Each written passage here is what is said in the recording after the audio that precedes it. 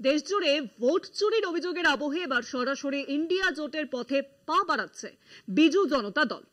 লোকসভায় ওড়িশার 21টি আসনের ফলাফল নিয়ে গরমিলের অভিযোগ তুলে হাইকোর্টে যাচ্ছেন বিজেডি নেতারা। নির্বাচন কমিশনকে আগেই অভিযোগ জানানো হলেও মেলেনি কোনো স্পষ্ট জবাব। 2024 লোকসভা ভোটে গরমিল। সে বছরই ডিসেম্বরের প্রথমে নির্বাচন কমিশনের কাছে অভিযোগ জানিয়েছিল বিজেডি, কিন্তু তাদের দাবি কমিশনের জবাব ছিল অস্পষ্ট ও ভাষা। মূল প্রশ্নের কোনো উত্তরই মেলেনি।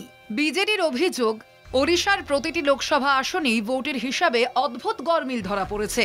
এক একটি লোকসভায় সব প্রার্থীর প্রাপ্ত ভোট, বাতিল ভোট এবং নোটা যোগ করলে যে সংখ্যা দাঁড়ায় তা সংশ্লিষ্ট আসনের অধীনে থাকা সব বিধানসভার ইভিএম এর রেকর্ড হওয়া মোট ভোটের সঙ্গে মেলেনি। প্রাক্তন রাজ্যসভা সদস্য অমর পট্টনায়কের দাবি, রাজ্যের 147টি বিধানসভায় এই ফারাক সর্বনিম্ন 7% থেকে সর্বোচ্চ 30% পর্যন্ত।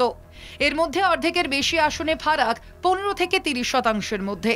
বিজেডির দাবি, ভোটার লিস্ট তৈরি থেকে গণনা পর্যন্ত পুরো প্রক্রিয়ার নতুন করে অডিট করা হোক, কিন্তু নির্বাচন কমিশন সেই দাবি মানতে নারাজ। ফলে এবার হাইকোর্টের দ্বারস্থ হচ্ছে বিজেডি।